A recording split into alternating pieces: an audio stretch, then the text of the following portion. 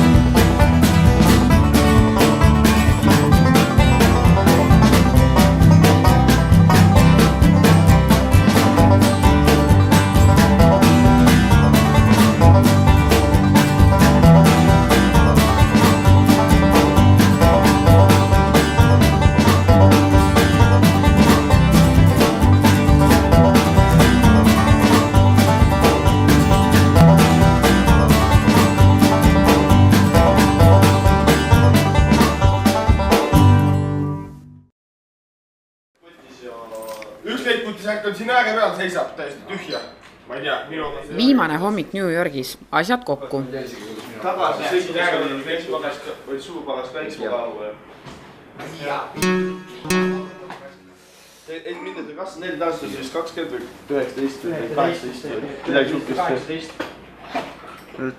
Natuke kurbust ka, aga koduma ootab.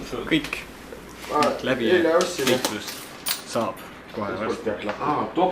Suurest rahakogusest on katki läinud rahakott. Sain oma enda ja viisukese asjad, ehk siis basically ikkagi minu asjad. Sain need ka kätte postimajast. Läbi ütleme siis ussi näärme, eritis näärme. Väga napikult läheb see reisi lõpp, aga saame hakkama. Nüüd saab väga hästi hakkama. Aga meil organiseeritus peksab täiega piirasse kogu aeg. Et ei hullu. Keegi või minu prillid saada. Väga vabalt. Jagaks täiega lähe vaadid kellegi. See on hea kaamera, ma siis filmib. Kott kinni ei lähe. Abi ei ole kuskilt loota.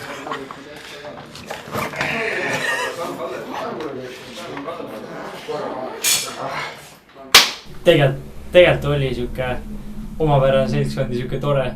Tegelikult oli tore. Et siuke kindlasti läheks veel. Veel ei ole läbi. Kus hakkab läbi saama? Ongi kerge koduigatsus peale tulnud. Kermo! Karmini tšeki Karmini asjad. Kodumoodis tududa. Alad tule ümber kaasa. See oligi selline tunne, et ai, juba saab läbi. Hästi kähku läks. Ja peame jälle enda katusekoguse korteri ära andma, mis on nii harvusaks saanud. Need on, mis sa ikka tead. Ootame lifti ja... Veel, et kelle enam kinnisvaralaenu ei jõua maksta, siis hakkamegi niimoodi oma asju tagasi andma. Tuleb üks mehiklane ja võtab neid lihtsalt. Ema ei tohi öelda, sellelt õige. Oot, nüüd me mõtleme, et me Penn Stationist saame. Kas lähme jala või lähme ikkagi rongiga? Viimase ülesandena tuli veel süüa üks korralik kõhudes Ameerikamaa toitu. Kes teab, millal jälle saab? Alkoholipudel. Vana. Peagi leiva moodi sai. Eesti.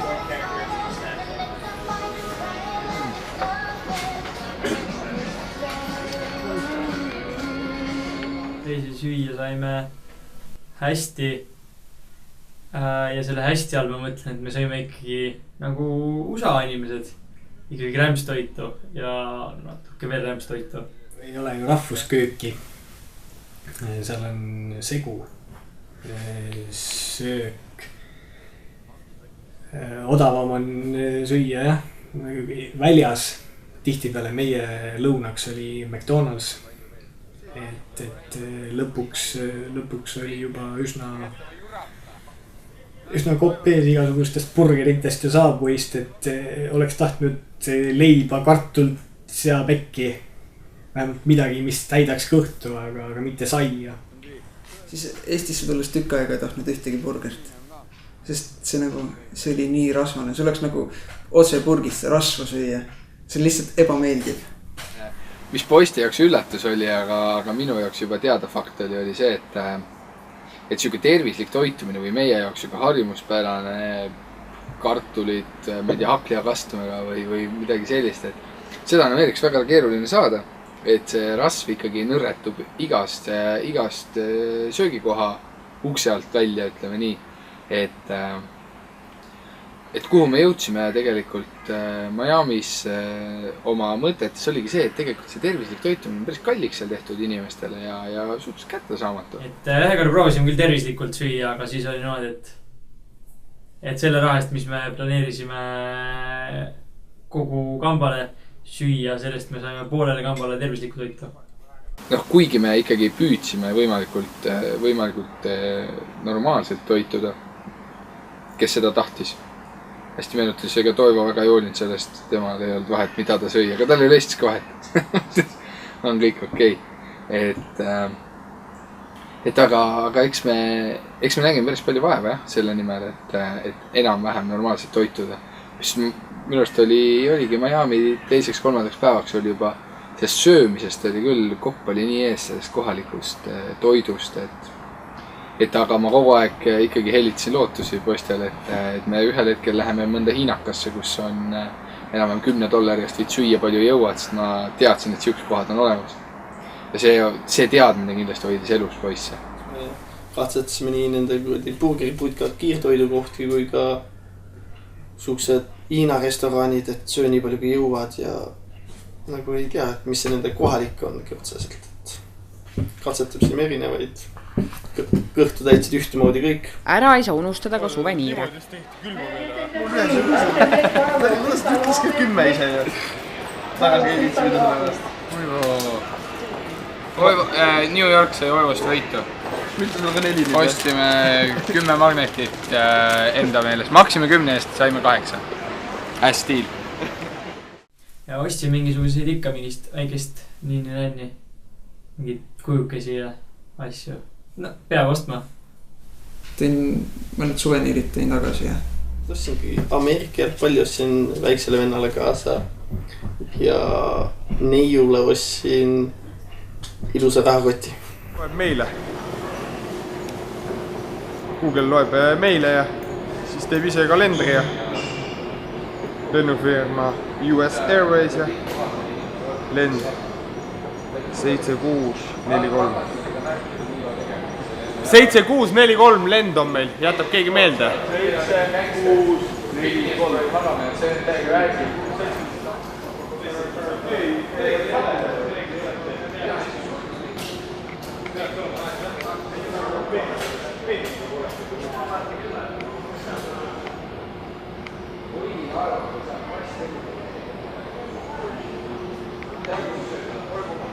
Mitte keegi ei taha minuga koos lennuki peale tulla. Tagasi New Yorki. Siit peaks saama rongi. Te minge oma kuradi maasusse Helsingisse. JFK lennujaamas minu teed teise 7 viisukesega läks lahku. Algul tekitas küll pisut hirmu, et ei ole enam seda toetavat seltskonda, et kui peaks midagi kaduma minema või kuskil lend ära jääma, ehk siis teised läksid New Yorgist otse Helsingisse, mina läksin tagasi Londonisse ja sealt Stockholmi. Et jälle London, halb ilm, mille ei tea, mis juhtuda võib. Lennujaamas jäi aega planeerida ka juba järgmisi reise. USA on alles algus. Aga miks mitte Austraalia, jah?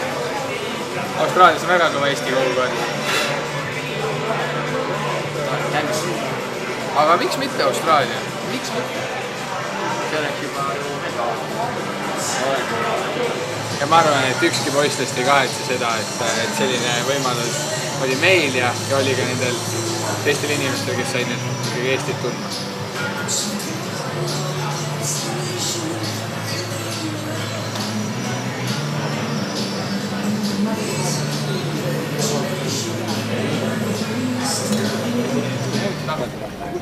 oleme nüüd viimast korda USA pinnal JFK lennujaamas ja seekord lendame siis sellise lennufirmaga nagu Finnair ja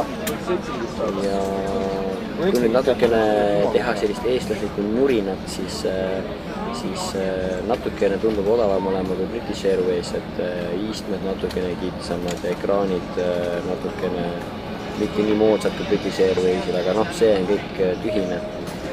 Aga peamine on see, et meie USA tuur nüüd on nüüdseks nagu läbi saanud selles mõttes, et me ametlikult lendame Ameerikast ära. Ma arvan, et oli lihtsalt väga hea, mõnus, magan terve tee. Magamine. Terve tee, terve reis. Teed väga ei kasuta vist.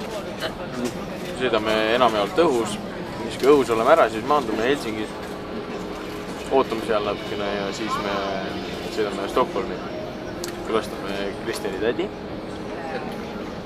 Ja me sõidame laevaga Eestisse, aga väga erilisi emotsioone veel ei ole. Kas Toivo arvad, kuidas milline lend tuleb?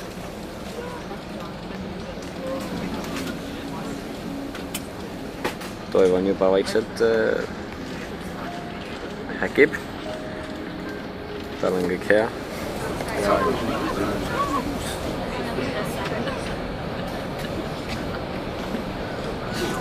Vaatad, ops, näed, filmi midagi ilusat ka, Toivot näiteks. Vaata Toivo, mõnus. No, ma olen ka sõitnud sisselõitatud lennukiga ja olen ellu jäänud siiani.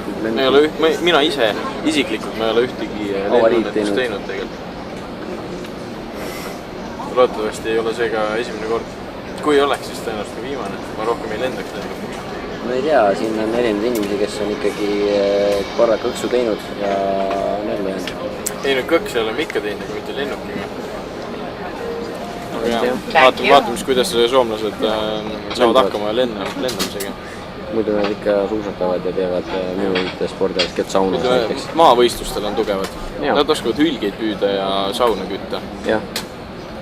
Ja loodame, et nad siin lennukis väga sauna ei tee. Aga nüüd ongi, lennuk hakkab tagurdab praegu. Siit väravast välja ja päike paistab. Ja kohe on minek. Umbes kõrgustesse mingisugune 11 kilomeetrit. Mingi miljon või? Või 32 000? Ei, jalga.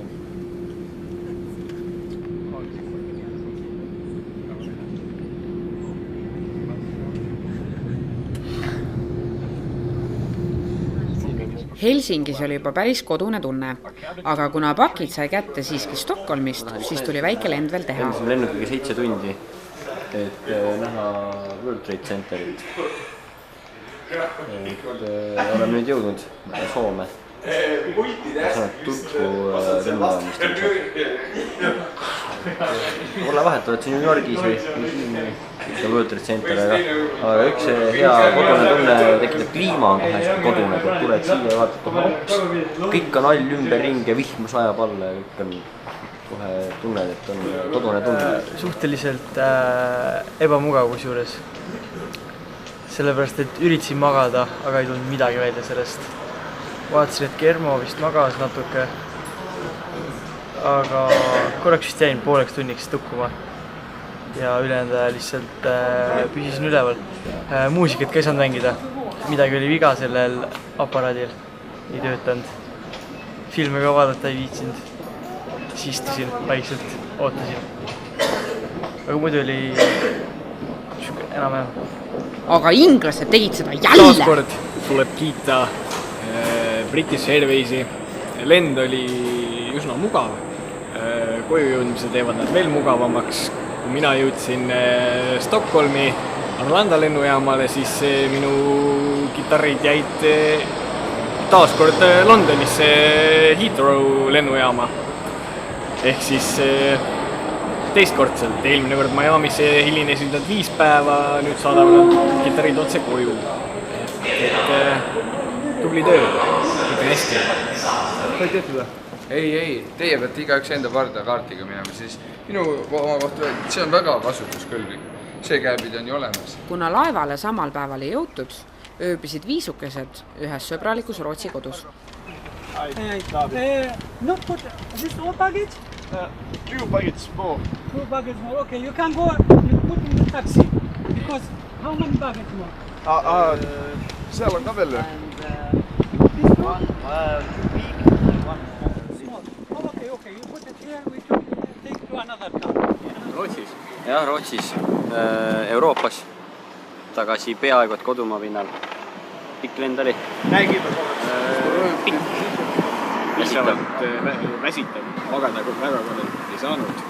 Nii kui siin Rootsis peapatt ja puutus, nii nurr tuli kohe. Jah, oleme mu tädi juures Rootsis, Stockholmi ligidalt. Tähendab, ongi Stockholm sees, aga kuna Stockholm on nii suur, siis kesklinnast on 52 kilomeetrit.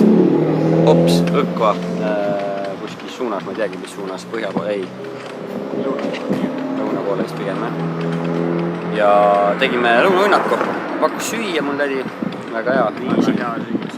Üle pika aja sai süüa. Söögimoodi sööki. Söögimoodi sööki. Ja reisi koha pealt veel või lennu koha pealt nii palju, et JFK 7. terminali juures läks veel lahku. Mina läksin tagasi 4-ndasse, tulin uuesti 7-ndasse, nemad läksid kohe 8-ndasse. Ja Stockholmis Arlanda lennuväljal õnnelikult koos jälle tagasi. Oot, aga British Airways ikkagi sinu lemmikuste lennufirma, mis sa nagu selle kohta räägid? Palju häid sõnu. Lennata on hea, aga piip. Lennata ei ole viga, aga pagasiga ka nad hakkama saaksid, siis oleks juba pool võitu. Siis oleks teine pool võitu ka olemas, aga senine ei ole pagasiga. Ühesõnaga, meie oma hunt, Kriimsilm, jäi jälle oma mitte ainult kitarrist ilma, vaid kitarridest ilma. Järjekordselt. Teist korda juba. Lubasid koju saata, vähemalt see on positiivne, ei ole seda Rootsis siis nii-öelda käeosust tarima. Et me tea. Nüüd läheme vaatame, tädi näitab mul, kuidas kohalikud elanikud, külaelanikud on vale öelda, aga mängivad jalgpalli omavahel. Vaatame jalgpalli ära ja uuesti magama, sest see 4 tundi und oli selline, ütleme, kerge oode. Ja jalgpall osutus sammuti üsna pingeliseks, lõppude lõpuks siiski sõbralikuks ja Eesti võitis jälle.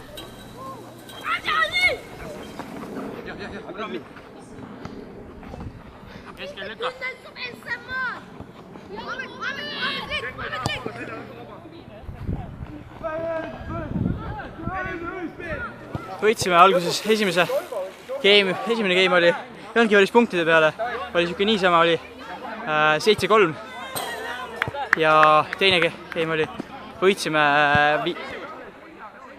7-5. Ta oli hea mäng.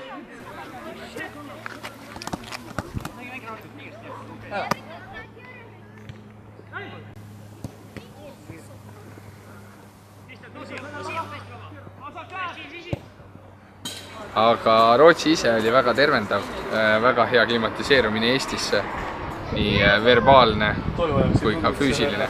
Nagu minneski oleme jõudnud sinna staadiumisse, kus öö ja päev on jälle segamini. Äge.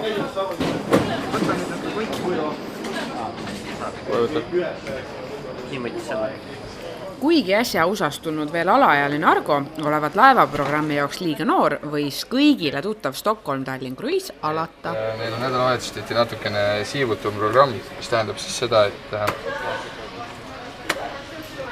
et vastutav isik peab olema vähemalt 25-aastane tegelikult. Nii et kui me ei saa praegu sisse, siis ma helistan Eestisse lihtsalt ja küll me su kaasa saame. Või teil on üks voodikoht olemas, on ju, ja lapsehoidjat on vaja 2. Toiv olemas. Mina. Töö tal ei ole probleemi. Võis minu oma anda? Ma ei saa anda. Teda olen saadata, nii ma vaatan, mis Margos saab. Et siis Argo on 17, me ei saa teda kaasa võtta.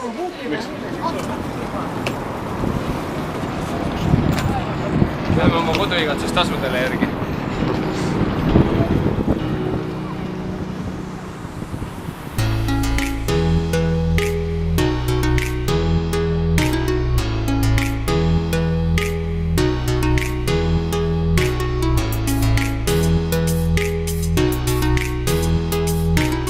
Saab lastele rääkida.